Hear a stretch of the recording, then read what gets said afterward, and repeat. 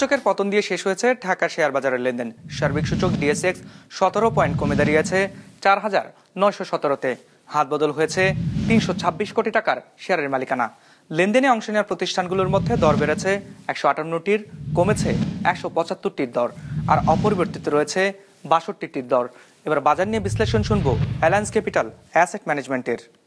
Market negatively close হয়েছে এবং মার্কেটের ওভারঅল সেন্টিমেন্ট ছিল আজকে বিয়ারিশ।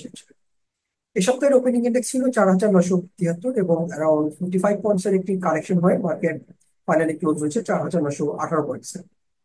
পাশাপাশি মার্কেটের উইকলি অ্যাভারেজ টার্নওভার যথেষ্ট কম ছিল, মাত্র 350 কোটি টাকার মতো।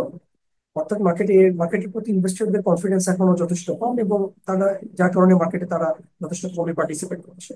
পার্সেন্টেজ ওয়াইজ আজকে প্রাইস বেড়েছে 40%, কমেছে 45%, এবং অপরিবর্তিত ছিল মাত্র 15% কোম্পানির প্রাইসে। এবং সেক্টরের দিক থেকে আজকে সবচেয়ে বেশি লেনদেন হচ্ছে ব্যাংকিং সেক্টরে, ফলোড বাই ফার্মাসিউটিক্যালস এবং food and allied sector. Finally ইন্ডেক্সে সবচেয়ে বেশি পজিটিভলি কন্ট্রিবিউট করেছে আজকে মার্কেট, এবং সবচেয়ে বেশি নেগেটিভলি কন্ট্রিবিউট করেছে ডাচ বাংলা ব্যাংক।